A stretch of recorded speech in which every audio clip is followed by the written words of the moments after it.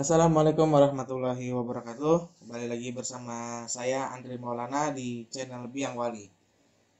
Pada hari ini saya mau memberikan materi tentang Linux, menyambung pertemuan minggu lalu. Kalau minggu lalu kita sudah belajar hak akses, minggu kemarinnya lagi sudah belajar tentang file sudoware. Nah, sekarang saya ingin berinteraksi bagaimana server itu bisa terkoneksi ke klien. Jadi kalau saya buat gambarannya, ini server yang kita buat di dalam VirtualBox. Kemudian nanti seolah-olah di sini ada sebuah switch. Nanti server ini terhubung ke switch seperti ini. Dan dia juga terhubung ke kliennya di sini di bawah. Klien. Nah, nanti seperti ini. Jadi kalau biasanya kita konfigurasi langsung dari servernya, karena kita konfigurasi menggunakan klien.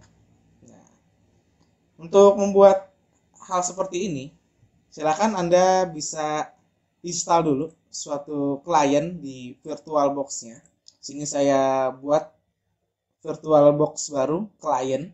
Nah, yang saya gunakan adalah Windows-nya Windows 7. Nah, kalau misalnya laptopnya masih speknya agak di bawah, silahkan pakai OS lain, misalnya Windows XP kalau masih ada. Kayak sih masih ada Windows XP, cuma sekedar buat klien aja ya.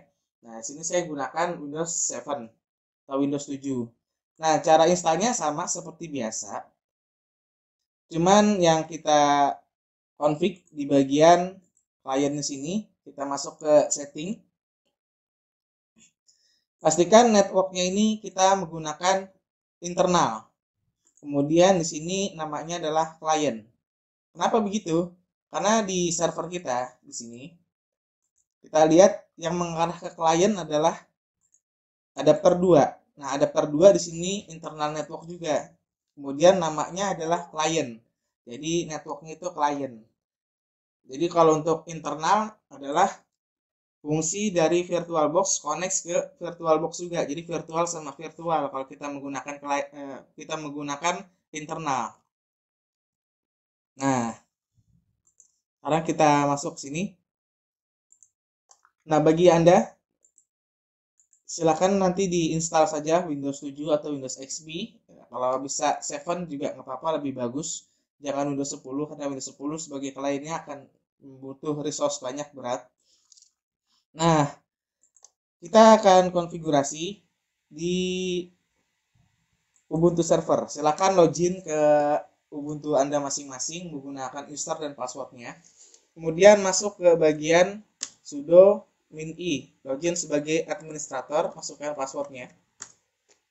Oh maaf, sudo min-i. Kemudian masukkan. Nah, ini sudah masuk ke root ya. Di sini tester dulu koneksi internetnya. Ping google.com.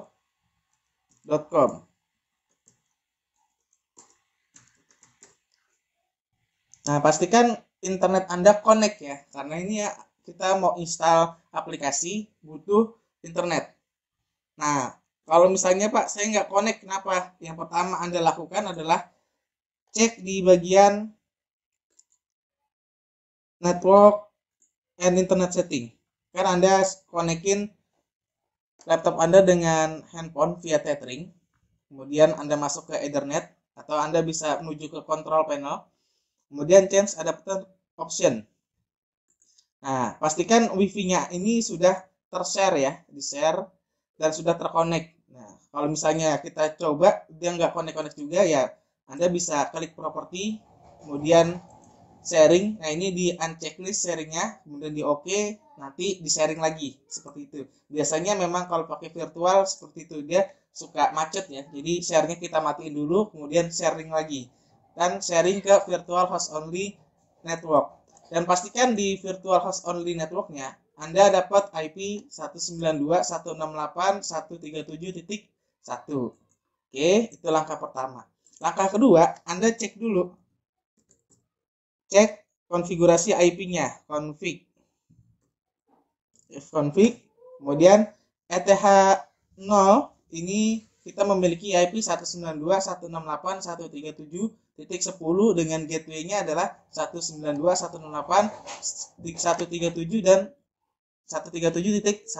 Kemudian juga DNS-nya juga 192.168.137.1. Kemudian yang mengarah ke klien di sini ada 10.10.10.1. Oke. Nah, kalau kita mau config IP lagi, perintahnya adalah nano, kemudian etc, kemudian network interface. Oke, pastikan seperti ini networknya. Nah, ini ada 137.10, gateway-nya 1, kemudian DNS servernya adalah 137.1. Di sini kita masukin IP Google 888, kemudian ini 8844. Kemudian untuk header satunya adalah 10.10.10.1, cukup subnet masknya 255.255.255.0. Nah, kalau sudah, kita cek juga, jangan lupa nano etc resolve.com. Nah, di sini pastikan masuknya semua name server 192.168.137.1 dan 8888 dan 88444. Oke. Nah, kalau sudah seperti ini semua, coba di restart jaringannya dengan perintah etc init.d, kemudian networking restart. Oke, jangan sampai error ya.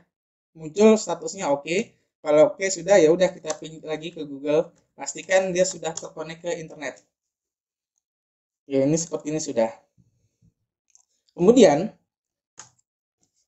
kita gunakan perintah. Ini kan servernya sudah masuk ke internet ya, sudah bisa ke internet. Nah, kemudian kita setting di bagian kliennya. Di bagian kliennya kita setting di Ethernetnya. Di sini Open Network and Sharing Center. Kemudian kita change adapter setting. Nah, di sini kita berikan dia IP address. IP addressnya berapa? Yang mengikut ke header 1 di server kita, yaitu 10.10.10, belakangnya bebas. Saya pakai 10 juga. Anda boleh pakai 100, 15, 50, bebas. Yang penting gateway-nya adalah 10.10.10.1 mengikut pada IP server. Kemudian untuk DNS-nya juga 10.10.10.1. Nah, ini cuma ditambahin aja 888 untuk alamat DNS Google. Kalau sudah oke, kita klik oke. Kita close saja. Pastikan kita buka command prompt. Kita coba tester dulu ping ke 192. Oh, maaf, kita ping ke servernya 10.10.10.1. 10.10.10.1. Oke, pastikan dia connect ya. Nah, di servernya juga kita coba ping juga ke kliennya 10.10.10.10. Pastikan dia juga connect. Kalau misalnya dia nggak connect, Pak, saya nggak connect, coba diperiksa di bagian firewallnya. Kita masuk ke control panel, kemudian system and security, matikan sistem firewallnya. Nah, di sini kita matikan ya. Jangan sampai hidup firewallnya. Pastikan untuk kliennya, dia sudah bisa ngeping ke server, dan server juga bisa ngeping ke kliennya. Nah, kalau sudah seperti ini, kita butuh internet untuk menginstal PuTTY agar si klien ini bisa ngeremote ke Ubuntu server. Nah, kalau untuk itu, kita harus membagi internet yang ada di server ke klien. Artinya kita sharing internetnya ke klien. Nah, untuk melakukan hal itu, kita harus men-sharing dengan perintah masquerade. Seperti di Mikrotik kan ada tuh ya, DNS masquerade gitu. Nah, di server Linux juga seperti itu. Tapi dia menggunakan namanya IP table atau firewall. Nah, untuk melakukannya, pertama kita buka dulu pengaturannya, ada di nano, kemudian etc, kemudian sysctl, kemudian .conf. Kemudian kita aktifkan dulu IP versi 4-nya di sini. Karena kita menggunakan IP versi 4, di bagian net.ip versi 4.tcp. Maaf, di sebelah sini. net.ip versi 4.ip forward 901. Ini kita aktifkan dulu atau kita enable dengan membuang tanda pagarnya seperti ini. Oke. Nah, kalau sudah kita save, Ctrl O, enter, kemudian kita close. Nah, kemudian kita cek apakah dia sudah aktif atau belum dengan perintah sysctl -p. Nah, kalau seperti ini tandanya net.ip versi 4.ip forward 901 dia sudah aktif. Nah, sekarang kita sharing dengan menggunakan perintah ip tables -t kemudian NAT. NAT ini artinya network transnation address, mengubah IP address menjadi IP public. Kemudian -a port routing, ini huruf besar ya. Artinya kita melakukan suatu routing. Kemudian -o artinya output. Outputnya lewat mana? Outputnya melewati ETH 0, karena untuk keluar ke internet, server ini menggunakan internet melalui Ether 0. Nah, kemudian -j baru mesh curate. Oke, kita enter. Nah, kalau nggak ada kesalahan berarti statusnya sudah benar nih harusnya. Nah, kemudian di bagian sini, ini kita pastikan dulu ping Google bisa nih. Ya, sampai sudah di-share, ternyata nggak bisa ping Google-nya. Oke, close. Nah, kemudian di bagian server, ini kita masuk ke pengaturan IP. Kita pastikan di sini IP-nya tadi sudah benar ya. Statusnya ke 10.10.10.10, kemudian 2555.0, kemudian gateway-nya 10.10.10.1 dengan DNS 10.10.1 dan 888. Ini kalau udah kita tester. Di sini statusnya memang masih no internet access. Coba kita buka browser atau kita buka command prompt. Ini harus connect dulu. Nah, ini sudah connect ke google.com.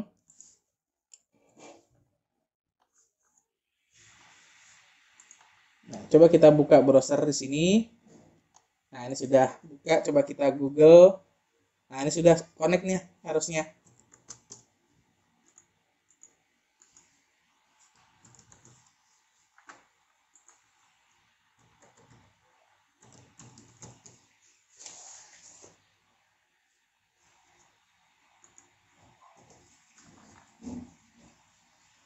Nah, seperti ini ya. Jadi pastikan internetnya sudah ke-share ke kliennya. Kliennya sudah bisa akses internet. Oke. Nah, sampai di sini Anda butuh satu aplikasi namanya PuTTY untuk meremote servernya agar kita tidak kerja langsung di server. Oke, di sini PuTTY download.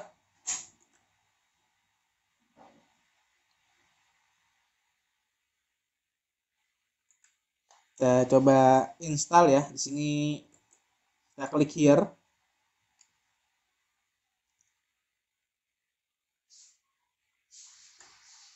Oke, kemudian kita coba untuk Windows ya.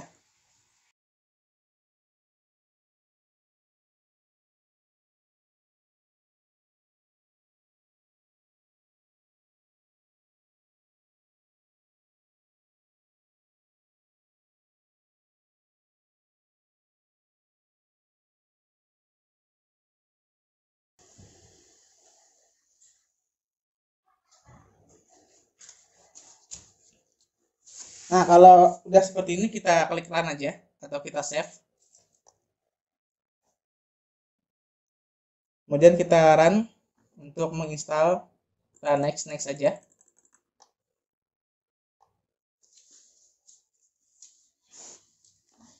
Kita tunggu sampai prosesnya selesai.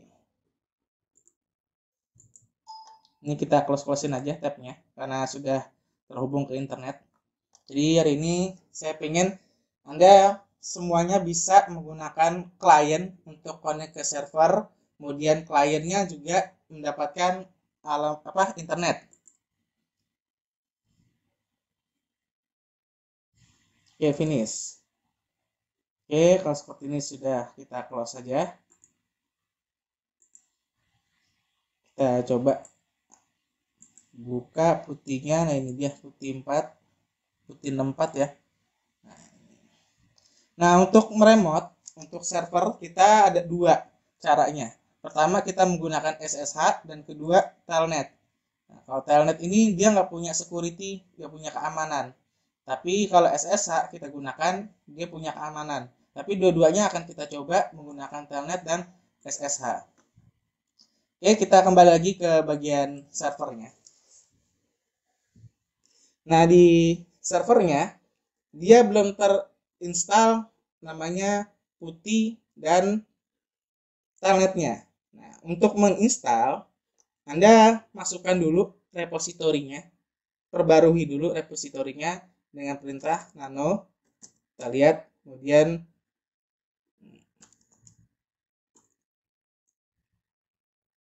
etc, kemudian apt,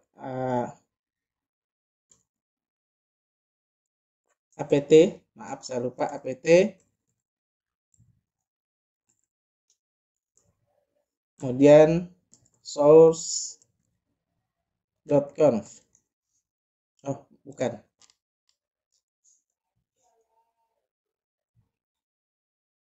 Source.list ya. Jadi ada di nano, etc, apt, source.list. Kemudian seperti ini. Nah, ini di paling bawah. Kalau secara default di Ubuntu itu dia mengarah ke server Amerika. Sini ada US archive ubuntu.com, kemudian yang dipakai adalah Vivid. Nah, sedangkan Vivid kalau kita cek di sini, kita buka di Windows Explorer, us.archive.ubuntu.com, kemudian garis miring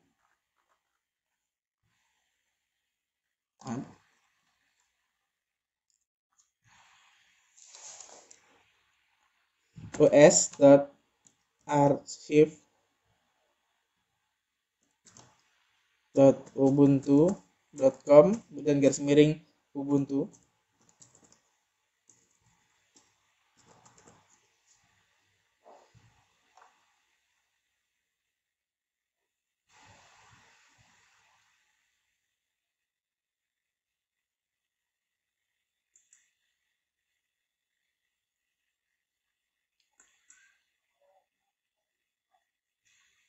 Nah, kita lihat di sini, dia ada di directory disk.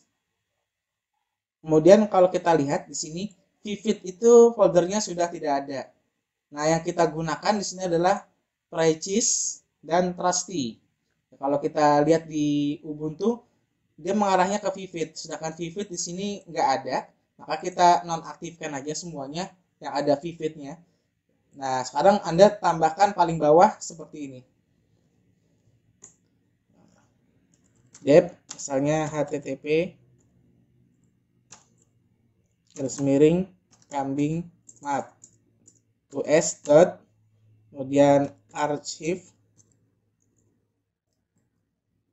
kemudian ubuntu.com garis miring ubuntu, kemudian kita masukkan satu precis strip propose, misalnya precis dulu, kemudian main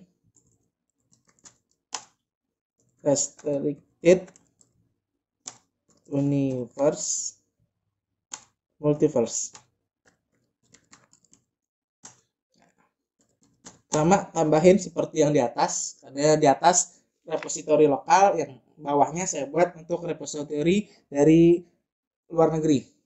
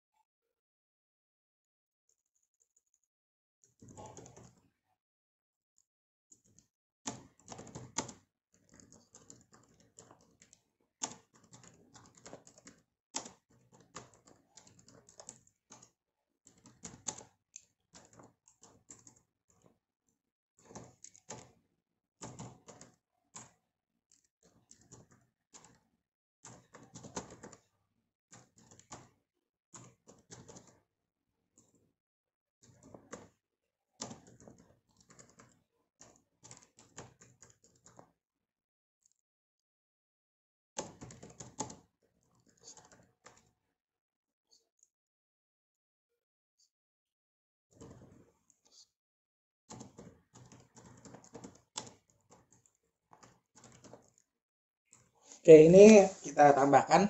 Pastikan tulisannya jangan sampai salah ya. Jadi ada precis update, kemudian precis security, kemudian precis propose, precis breakpoints. Dan masing-masing dimasukkan foldernya, folder main, kemudian restricted, kemudian universe, kemudian multiverse. Kalau sudah, oke, kita save, kita keluar, kemudian jangan lupa apt min-get update. Nah, ini kita tunggu sampai dengan prosesnya selesai.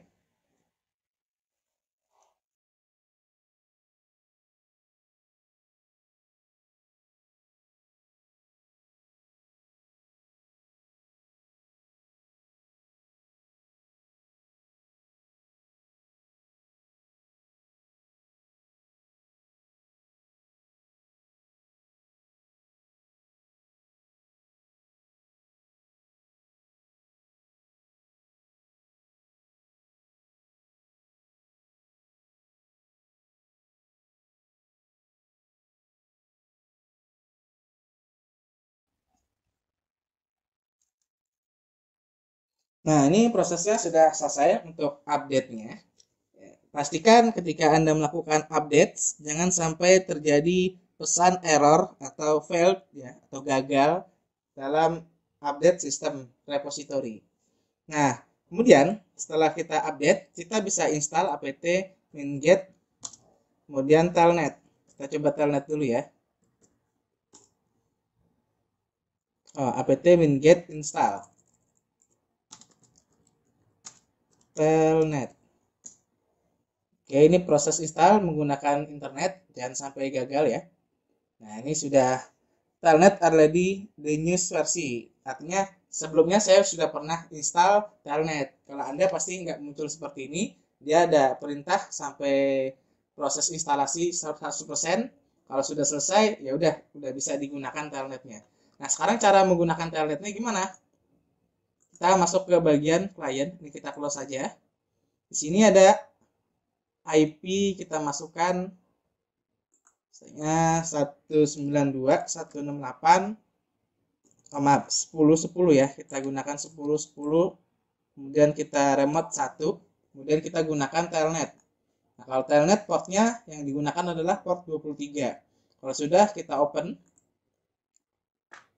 Pastikan dia sudah berhasil seperti ini. Jadi dia sudah connect ke server, ada perintah suruh login. Ya udah, saya login aja menggunakan Andri, kemudian passwordnya password. Nah,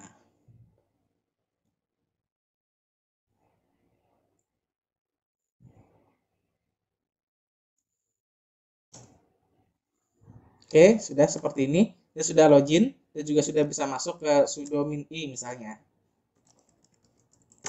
Oke, dia sudah login ke dalam administrator. Nah, ini ada telnet. Nah, kalau misalnya saya shutdown di sini, shutdown min-p no, otomatis yang di Ubuntu server ini akan ke close juga. Tuh, karena dia anggota dari sudo. Kemudian kalau misalnya menggunakan user lain, ya enggak ke close. Kayak kemarin ada diskusi kenapa kok menggunakan user biasa tetap ke close ya, karena Anda runningnya langsung di Ubuntu server. Tapi kalau Anda langsung running di klien, Anda login pakai user biasa, Anda shutdown, yang ke shutdown itu adalah user Anda sendiri, tapi servernya enggak, kecuali dia adalah user anggota sudoware, seperti itu.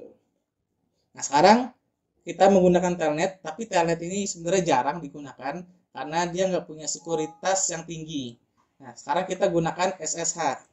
SSH sama, untuk menginstalnya kita menggunakan OpenSSH. apt min-get install OpenSSH server.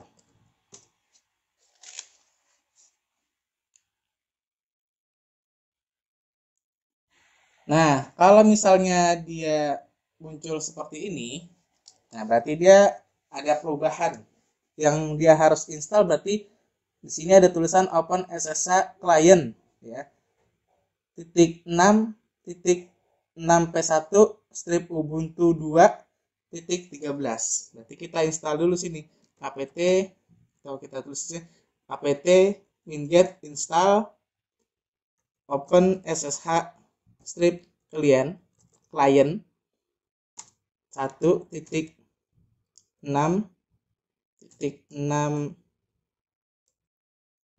P1 strip 2 Ubuntu 2.13. Kita enter. Oh, ini kenapa nih? Sebentar.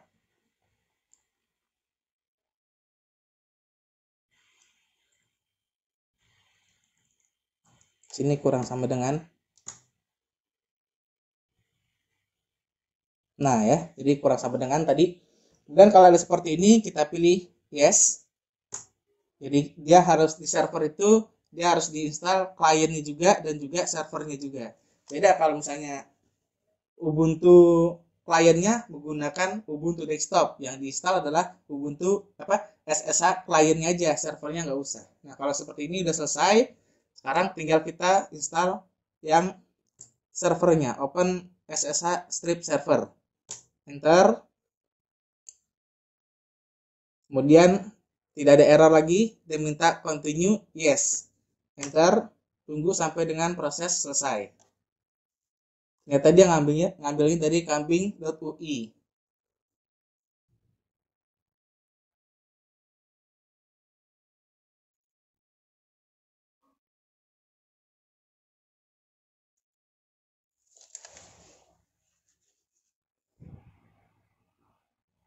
Oke, dia sudah selesai. Sekarang ada sedikit konfigurasi yang harus dilakukan untuk SSH ini. Kita pindah ke change directory etc in SSH kalau nggak salah. Nah, kita lihat ls di sini. Kita konfigurasi untuk file sshd_config nano sshd_config. Nah, kemudian di sini kita aktifkan permit root loginnya, kita ubah without password menjadi no. Oke, nah kalau sudah kita save, Ctrl O, enter, Ctrl X keluar. Nah sekarang kita coba lagi di bagian kliennya, kita gunakan putih juga, tapi sekarang kita gunakan yang SSH dengan portnya 22. Kita masukkan 10 1. Oke, open. Nah kalau seperti ini yes saja. Nah itu tandanya ada security ya. Kita masukkan Andri loginnya, kemudian password. Nah oke, seperti ini. Jadi tolong silahkan dikonfigurasi di rumah masing-masing untuk supaya servernya connect ke internet, kemudian kliennya juga connect ke internet. Nah, kemudian dari klien bisa meremote server menggunakan telnet dan SSH. Itu saja materi minggu ini. Silahkan dicoba, silahkan dipelajari. Mohon maaf jika ada penyampaian salah. Saya akhiri. Assalamualaikum warahmatullahi wabarakatuh.